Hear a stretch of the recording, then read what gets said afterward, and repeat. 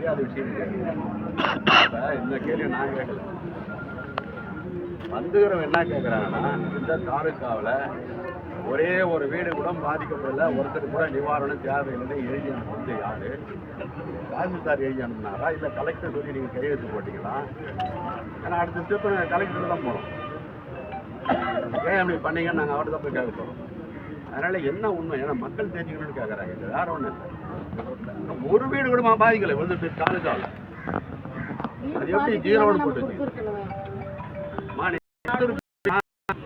வாட்ஸ்அப்பில் உங்கள் கலெக்டர் கையெழுத்து போட்ட செய்தி வெளியே மேல்மலையன் ஒரு 00 தான் வந்திருக்குது. அது யாரு கொடுத்தது? ஏன் அப்படி கொடுத்தீங்க? என்ன பண்ணீங்க? இப்போ என்ன பண்ண போறீங்க? அது மட்டும் சொல்லுங்க. ஏன்னா நாங்கள் இங்கே வந்து சும்மா ஒரு எதிர்ப்பு தெரிவிக்க தான் வந்துருக்கிறோம். நாங்கள் தெளிவாக எங்கள் ஆளுங்கிட்ட சொல்லிட்டோம். மேடம் வந்துருக்குறாங்க, அவங்களுக்கு சொல்லிடுறோம். நாங்கள் இனிமேல் தாசில்தார் வந்து பார்க்க மாட்டோம், அதிகாரிகள் வந்து பார்க்க மாட்டோம், வந்து பார்க்க மாட்டோம். 2 நாள் டைம் நல்லா நிவாரணம் அரசு அறிவிக்கவில்லை என்று சொன்னால் வெள்ளிக்கிழமையோ இல்லை சனிக்கிழமையோ இந்த தாலுக்காவில் எல்லா சாலையிலையும் அந்தந்த கிராம மக்கள் அங்கங்க உட்காருவாங்க, ஆர்ப்பாட்டம் பண்ணுவாங்க, வன்முறை இல்லாத ஆர்ப்பாட்டம் பண்ணுவாங்க. அதை நீங்க என்ன சொல்றீங்கன்னு சொல்லுங்க. ஏன்னா எல்லாம் தெரிஞ்சுக்கணும்னு ஆசைப்படுறேன். நீங்க உங்க கோரிக்கை கொடுங்க, நாங்க கலெக்டருக்கு ரெஃபர் பண்றோம். இல்ல நீங்க என்ன சொல்றீங்க? இதுக்கு நீங்க சொன்னாதான் நாங்க நடவடிக்கை எடுக்கிறோம். பயிருக்கெல்லாம் நிவாரணம் எடுத்து அடுத்து போட்டுக்கலாம். நாங்க சொல்றது 2000 ரூபாய் காவல் கொடுக்குறேன். நாங்க ஏன் இந்த எம்எல்ஏ வரலையா? அவங்க வந்து கூப்பிடுங்க. 40 கிராமத்தை பார்க்குறது. நீங்கள் எத்தனை கிராமத்தை பார்த்தீங்க? பார்க்கும்போது அங்கே உண்மையாகவே பாதிப்பு இல்லையா? நேற்று நான் 10 கிராமத்துக்கு போனேன். எல்லாம் தண்ணியில் மெதிங்கோட இருக்குது. பாவம். ஒரு ஆள் வந்து ஒரு ஏக்கராவை அறுத்து எடுக்கிறதுக்கே பார்த்தா கண்ணீர் விட்டு அழுகுறான். அதுக்காகவே விட்டுறான். அதோட அதிகமாக செலவாகும். அப்புறம் என்ன பண்ணுறது? அது பாதிப்பு எல்லா வில்லேஜையும் இப்போ அத்திரி தோட்டக்கலைத்துறை வேளாண்மைத்துறை எல்லாமே புள்ளி எடுக்கிறாங்க. நமக்கு வீடு வந்து வெளி வந்தது. அவங்க அக்கௌண்ட்லேயே இப்போ பணம் வச்சு மாடு இறந்தது 3 மக்களுக்கு ப்ரொபோஸ் அதுக்கு இது கேட்குற கோரிக்கையை வந்து நான் கலெக்டர் ரெஃபர் பண்ணி உங்களுக்கு வாங்கி கொடுத்து நான் ஏற்படுத்துறேன். நீங்கள் வந்து இப்போ 2000 அதுதான் 2000 வெள்ள நிவாரணம் கம்பல்சரி. நாங்கள் எழுதி கலெக்டருக்கு ரெஃபர் பண்ணி உங்களுக்கு வாங்கி கொடுத்து ஏற்படுத்துறோம். சரி, ஒன்றும் தப்பு இல்லை. நீங்கள் 2 நாள் கூட எங்களுக்கு சொல்லுங்க. அது சொல்லலைன்னா நாங்கள் வந்து வெள்ளிக்கிழமை நாங்கள் சொன்னதை பண்ணுவோம். கரெக்டா மேடம்? உங்களுக்கு புரிஞ்சிருக்குல்ல நாங்கள் சொல்கிறது? இப்போ நாங்கள் யாருக்கும் எதிரி கிடையாது. 2வது இன்னொரு விஷயம், உங்கள் பொதுமக்களுக்கு போலீஸுக்கு தெரியாது நாங்கள் எதுவும் செய்ய மாட்டோம்.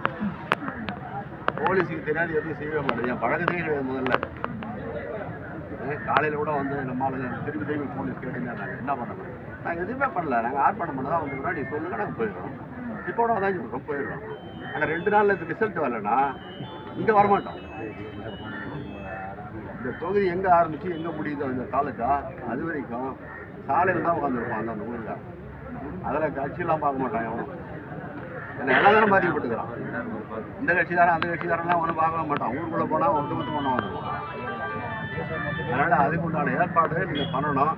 நாங்கள் மனுவை கொடுக்கணும்னு சொன்னாலும் கொடுக்குறோம். இல்லை தேவையில்லை நாங்கள் செய்தி சொல்லணும்னு சொல்லுங்கள்.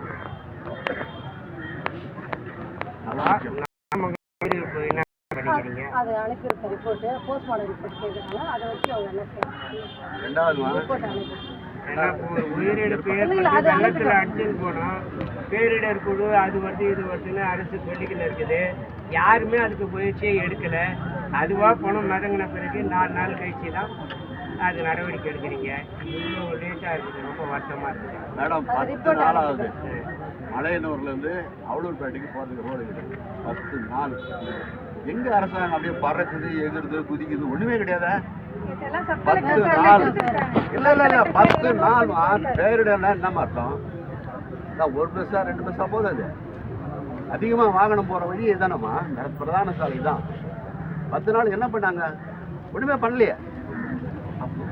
அது ஏன் பண்ணக்கூடாது? ஒருத்தர் 2 பேரா பாதிக்கிறாங்க. எல்லாத்தையும் நோட் பண்ணிட்டு போயிருக்காங்க. இந்த மாதிரி எல்லா கோரிக்கையும் நோட் பண்ணிட்டு தான் போயிருக்காங்க. கோரிக்கையை நோட் பண்றீங்க, நீங்க பண்ண போறீங்க, பண்ணுங்க. அதை நாங்க ஒன்றும் சொல்லல. 10 நாள் ஆகணுமான்னு கேட்குறேன். 10 நாள் சின்ன விஷயம்.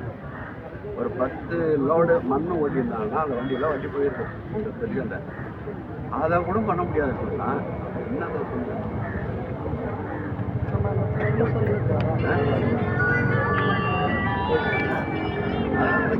பொதுமக்கள் இருக்காங்க.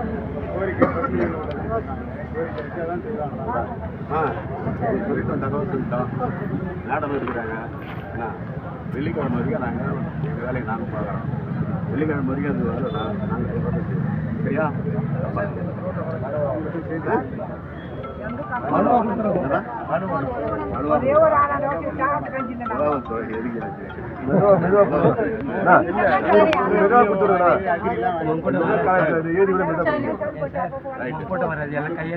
பஞ்சாயத்துக்கு 4-5 வீடு அவன் நிலத்துல கட்டின்னு இருக்கிறான்.